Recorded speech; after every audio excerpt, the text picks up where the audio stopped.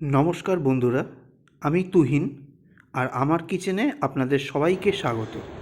গরমের এই দিনগুলোতে যখন কোনো কিছুই খেতে আর ভালো লাগে না, তখন বিকল্প হিসাবে আমটাই হচ্ছে শ্রেষ্ঠ। তার উপরে যদি হয় আম পোড়ার শরবত, তাহলে তো কোনো কথাই নেই। গরমের এই তীব্রতা রোধ করার জন্য দইও যেমন উপকারী, আমও সেরকম খুবই উপকারী। চলুন আম পোড়ার শরবতটা আমি আমার বাড়িতে কিভাবে বানাই সেটা আজকে আপনাদেরকে শিখিয়ে দেব। আম পোড়ার শরবতের জন্য আমি নিয়ে নিয়েছি 2টো আম। প্রথমেই যেটা করতে হবে, জল দিয়ে আমটাকে ভালো করে রগড়ে রগড়ে ধুতে হবে। কারণ বর্তমানে যেসব আম পাওয়া যায় সেই আমের কিন্তু গায়ে প্রচণ্ড নোংরা হয়, প্লাস আমের বোটা থেকে ফেটে গেলে যে কষটা বেরোয় সেটাও কিন্তু আমের গায়ে লেগে থাকে, যেটা খেলে কিন্তু গলাটা প্রচণ্ড পরিমাণে চুলকায়, মানে খুসখুস করে। তো জল দিয়ে কিন্তু ভালো করে রগড়ে রগড়ে ধুয়ে নেবেন। আমটা ভালো করে ধুয়ে নিয়ে আমি ধুয়ে নেওয়ার পর দেখুন জলে কতটা নোংরা। এইবার আমের গায়ে আমি একটুখানি কাটমার্ক লাগিয়ে দেবো, মানে একটুখানি চিড়ে দেবো। এর কারণে কি হবে, যখন আমটা পোড়াবেন আমটা কিন্তু ওই অনেক সময় ফেটে গিয়ে জল বেরোয় বা আমের পাল্পগুলো বেরিয়ে আসে। এক্ষেত্রে কি হবে, আপনার ফেটে যাওয়ার পরে বিভিন্ন দিকে ছিটকে যাবে না, তাই আমটা কেটে নেব। এবার আম পোড়ানোর জন্য আমি নিয়ে নিচ্ছি একটা ওয়্যার মেশ, মানে যেটাতে আপনারা রুটি করেন বা রুটি সেকেন, এরকম জিনিস নিয়ে নেবেন। এবার ফ্লেমটা মিডিয়ামে করে দিয়ে আমগুলো আমি উল্টে পাল্টে ভালো করে পুড়িয়ে নেব। আম দুটোকেই কিন্তু ভালো করে উল্টে পাল্টে ঘুরিয়ে ফিরিয়ে পুড়িয়ে নিতে হবে। ভালো করে পুড়লে তবেই কিন্তু আম পোড়ার শরবত খেতে দারুণ লাগে। যে স্মোকি একটা ফ্লেভার আছে সেটাই কিন্তু আম পোড়ার শরবতের ইউএসপি, তাই ভালো করেই পোড়াবেন। আর অবশ্যই একটা চিমটে বা টং যেটাই বলুন সেটা ব্যবহার করে উল্টে পাল্টে করবেন, নাহলে কিন্তু হাতে ছ্যাঁকা লেগে যেতে পারে। দেখুন ঘুরিয়ে ফিরিয়ে ভালো করে আমটা পুড়িয়ে নিয়েছি, বেশ ভালো করে রোস্ট হয়ে গেছে। এবার আমটা সরিয়ে নেব।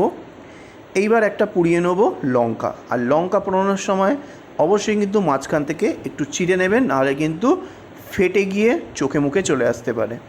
লঙ্কাটাকে ভালো করে ঘুরিয়ে ফিরিয়ে পুড়িয়ে নেওয়ার পর এইবার আম আর লঙ্কাটাকে প্রথমে ঠান্ডা করে নিতে হবে। ঠান্ডা করা ছাড়া কিন্তু কখনোই হাত দেবেন না। দেখুন ঠিক 15 থেকে 20 মিনিট পর ফিরে এসেছি। আম আর লঙ্কাটা কিন্তু ভালো করে ঠান্ডা হয়ে গেছে। এইবার আমের ওপরের ছালটা ভালো করে ছাড়িয়ে নিতে হবে। প্রথমে লঙ্কার বোটাটাও কিন্তু ফেলে দিতে হবে। আমের চোকলার গায়ে যে পাল্পটুকু রয়েছে সেটাকে কিন্তু ভালো করে নিংড়ে নিতে হবে, আর যে জায়গাগুলো বেশি পুড়েছে সেটা ডাইরেক্ট ফেলে দেবেন। এইবার আমের পাল্পগুলোকে বের করে নিতে হবে বাটির মধ্যে, ভালো করে হাত দিয়ে চটকে চটকে। যদি হাত ইউজ না করতে চান একটা গ্রেটার ইউজ করবেন, সেটাতেও কিন্তু ভালো হবে।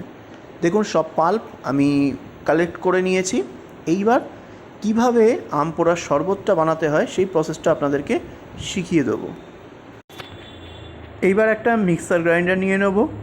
এবার আমের পাল্পগুলো পুরোটাই মিক্সার গ্রাইন্ডারের মধ্যে দিয়ে দেবো, সঙ্গে পোড়া লঙ্কাটাও, পুড়িয়ে নেওয়া লঙ্কাটাও কিন্তু এর মধ্যে দিয়ে দিতে হবে। এইবার দিয়ে দিতে হবে পরিমাণ মতো ধনেপাতা। আমি একদমই অল্প করেই দিচ্ছি, বেশি প্রয়োজন নেই, কারণ আমের একটা আলাদা ফ্লেভার আছে, সেটা নষ্ট হয়ে যাবে। সেম পরিমাণে ধনেপাতার পরিমাণের মতো বুঝেই এর মধ্যে পুদিনা পাতা দিতে হবে। দিয়ে দেবো 1 চা চামচ ভাজা জিরের গুঁড়ো। 1 চা চামচের একটু বেশি করে দেবেন, উঁচু করে। এই ভাজা জিরের গুঁড়ো কিন্তু যে কোনো আমের শরবতে উপকারী জিনিস, মানে একটা বড় ভূমিকা পালন করে। দিয়ে দেবো 1/2 চা চামচ চাট মশলা। তারপরে দিতে হবে 1 চা চামচ বিট লবণ, মানে হচ্ছে ব্ল্যাক সল্ট। এবার দিয়ে দিতে হবে স্বাদ অনুযায়ী চিনির গুঁড়ো। এখানে আমের কতটা টক আছে সেই বুঝে কিন্তু আপনারা চিনির গুঁড়ো দেবেন। এক একটা আমের এক এক রকম টক হয়, সেই অনুযায়ী কিন্তু অ্যাড করবেন। এইবার খুব অল্প পরিমাণে ঠান্ডা জল দিয়ে একদম একটা স্মুথ পেস্ট বানিয়ে নিতে হবে। দেখুন একদম টাইট স্মুথ পেস্ট একদম রেডি। এই পাল্পটাকে কিন্তু আপনারা স্টোর করে রাখতে পারেন ফ্রিজে, এবং প্রতিদিন অল্প অল্প করে শরবতের সঙ্গে মানে যে কোনো বরফের মধ্যে দিয়ে এবং ঠান্ডা জলের সঙ্গে মিশিয়ে ইউজ করতে পারেন। এইবার একটা গ্লাস নিয়ে নিয়েছি, যেখানে আমি শরবত বানাবো। দিয়ে দেবো পরিমাণ মতো আমের পাল্পটা। কতটুকু দেবেন সেটা আপনার ওপর ডিপেন্ড করছে, এবং ঘনত্বটা কিন্তু আপনার ওপরে হচ্ছে। কেউ একটু বেশি ঘনত্বের খেতে পছন্দ করে, কেউ একটু পাতলা, সেই পরিমাণটা আপনারাই বুঝে দেবেন। তারপরে দিয়ে দিতে হবে পরিমাণ মতো বরফের টুকরো। তারপরে দিয়ে দেবো চিল্ড ওয়াটার, মানে একদম ঠান্ডা জল দিয়ে ভালো করে গুলে নিতে হবে। একদম রেডি হয়ে গেল আম পোড়ার শরবত।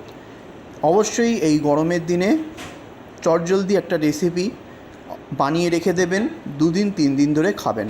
কোয়ান্টিটিটা আপনারা কিন্তু বুঝে করবেন, কতটা আম নেবেন এবং কতটা আম পোড়া শরবত বানাবেন সেটা আপনার ওপর নির্ভর করছে। রেসিপিটা ভালো লাগলে অবশ্যই সাবস্ক্রাইব করে বেল আইকন ক্লিক করে পাশে থাকার অনুরোধ রইল। নমস্কার।